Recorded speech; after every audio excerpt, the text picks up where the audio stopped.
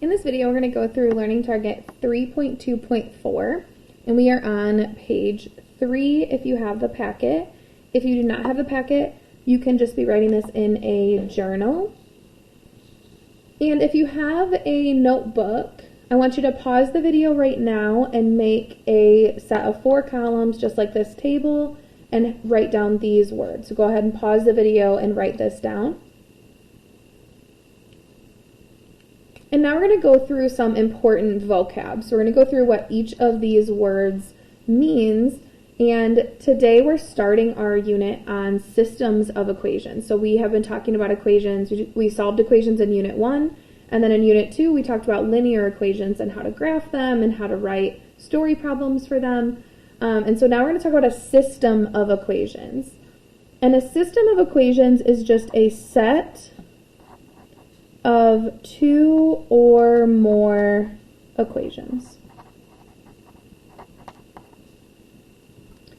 So the word system just means that we have 2 or more equations. So in this unit, we're going to be solving these systems of equations, and the solution to a system is a point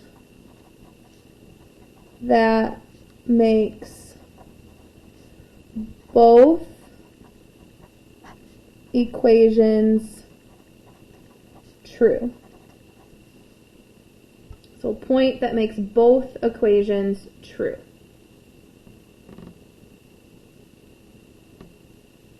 And I left a little space because today we're actually going to be graphing. So we're going to be solving a system by graphing.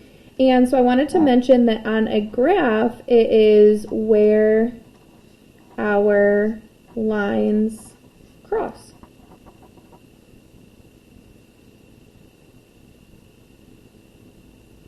And so the point where they cross would be considered our solution.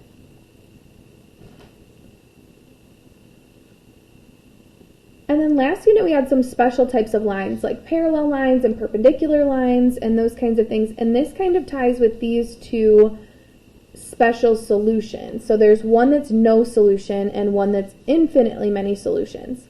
And so if a system has no solution, it means that there is no point that makes both true. And on a graph, if a solution is where they cross, if it has no solution, then the lines never cross, which is a parallel set of lines. So last unit we talked about parallel lines and how they never cross, and that would mean that they have no solution if we have a system like that. And then infinitely many solutions is our other special vocab word, our other special type of solution. So infinitely many solutions, instead of no point that makes it true, we can say every point makes both true. And that's because our lines always cross, which looks like them just lying on top of each other. So lines on top of each other. And so those lines, if we remember from last unit, are coinciding. Oops. So if you do not have all of this written down for our vocab, if you want to go ahead and pause it and make sure you do. And then we'll move on and talk about graphing and how that's going to help us solve solutions.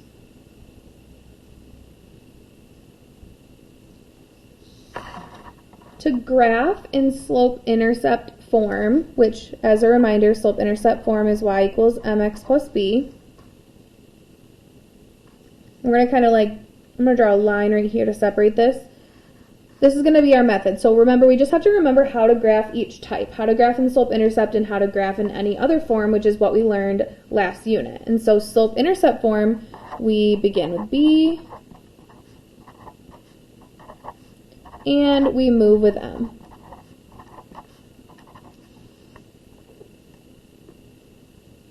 And this should sound familiar, I hope, because we just finished that unit. And then to graph in any other form, we want to plug in 0 for x to find y, and plug in 0 for y to find x. Again, pause it if you need a second to write that down. So we're going to find the solution by graphing. And although this is Learning Target 3.2.4, which is technically like the last of the 2.0s, we wanted to start with this because we are very familiar with graphing. We've been graphing for the entire last unit. And solving by graphing, what we're going to do is you're going to be given 2 equations instead of just 1. And the only thing you need to do is graph them both on the same graph. And we're looking for where they cross. We're looking for the solution. And so where do they touch? If they don't touch, that would be no solution. And if they lie right on top of each other, that would be infinitely many solutions. But most lines just cross at one point, which is what we're looking for. So we have one of each. We have one in slope-intercept form where we're going to use the begin with B and move with M method. It's helpful if you can color code these. So if you do one in one color and one in another, but you don't have to. And so for this one, my B is 7. So B is 7, and that's where I'm going to begin. It's my y-intercept, so I'm going to put a dot at 7. And if you do not have a packet, you're just going to sketch this, which is totally fine. And then we're going to move with M. And our M is our -4/3, which tells us our rise and our run. And I notice my rise is negative, so I will be going down. Our run is positive, so I'm going to the right. So I'm going to go down 4 and to the right 3. And I'm going to do it one more time. And then you're going to find anything with a straight edge so that you can draw a line. So if you do not have something with a straight edge, pause the video and grab one.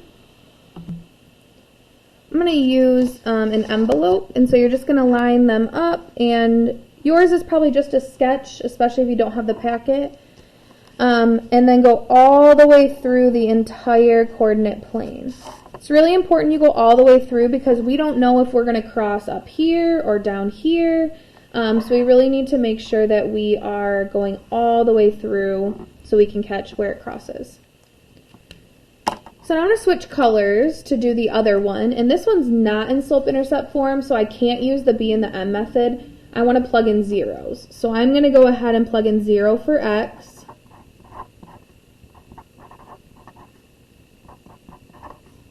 And the 0 cancels, and I bring this part down.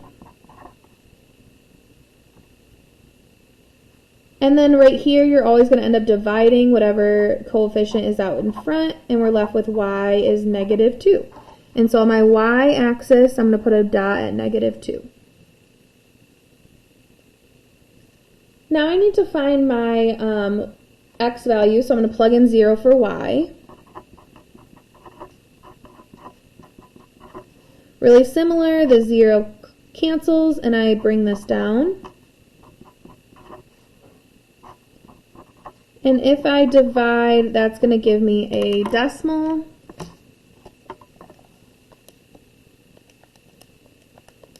Which is positive 1.2. Make sure you don't lose your negative, so we have positive 1.2. It is totally fine that that is a decimal. We're just going to estimate, so 1.2 is really close to 1. And now I'm going to do my best and draw a line using my straight edge, so my envelope. And I'm going to try to go through the center of these dots.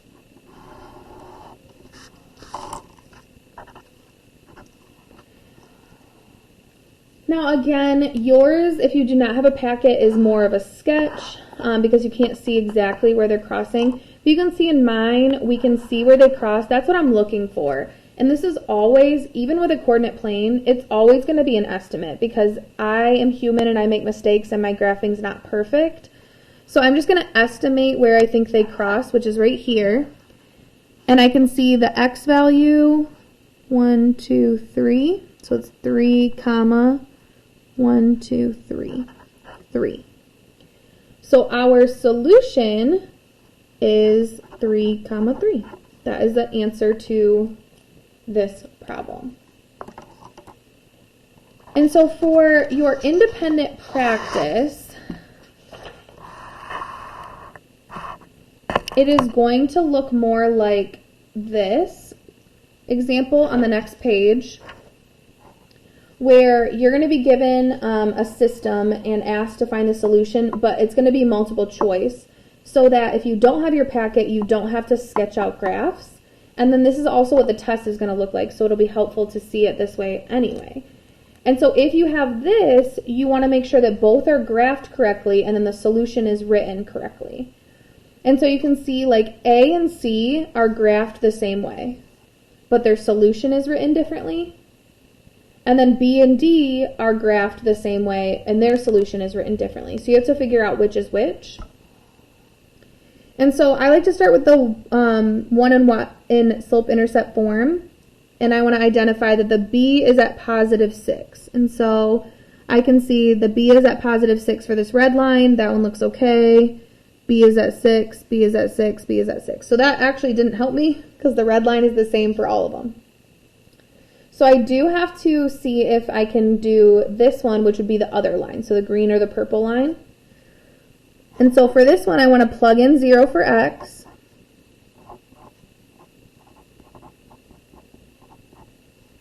That cancels, and then I divide, and I get y is 2. And so now I want to check to see, okay, this green line is y at 2. Well, this one's at negative 2, so I automatically know A and C are not going to work because this green line is graphed incorrectly. The purple line, you can see y is at positive 2. If you wanted to, you could also check to see that the x value is correct. The x value is like just past 1. If you did that, you would see the x value is 1.3 repeating, and so that both of these work. But what I'm more interested in is I have to choose between B and D, and the solutions are the only things that are different. Is it negative 2 comma 5 or 5 comma negative 2? And so I just need to know how to name points correctly. And so this point, the intersection point, is at x value first, so negative 2 comma 5. And so this one is written backwards. So D is not the answer, and so my answer is B. So if you have a multiple choice, it's the same thing, but like sometimes you're going to have to do less, or you get to do less work, because once I found the Y value, I automatically got rid of the A and the C. And then I just have to make sure I know how to name points correctly. Points are always X comma Y, so make sure you know that, because this is typical of your answer choices where 2 of the graphs will match, but the solutions are different, and the other 2 will match, and the solutions are different. So you can go ahead and work on the independent practice and then do your exit ticket. Thanks, everyone.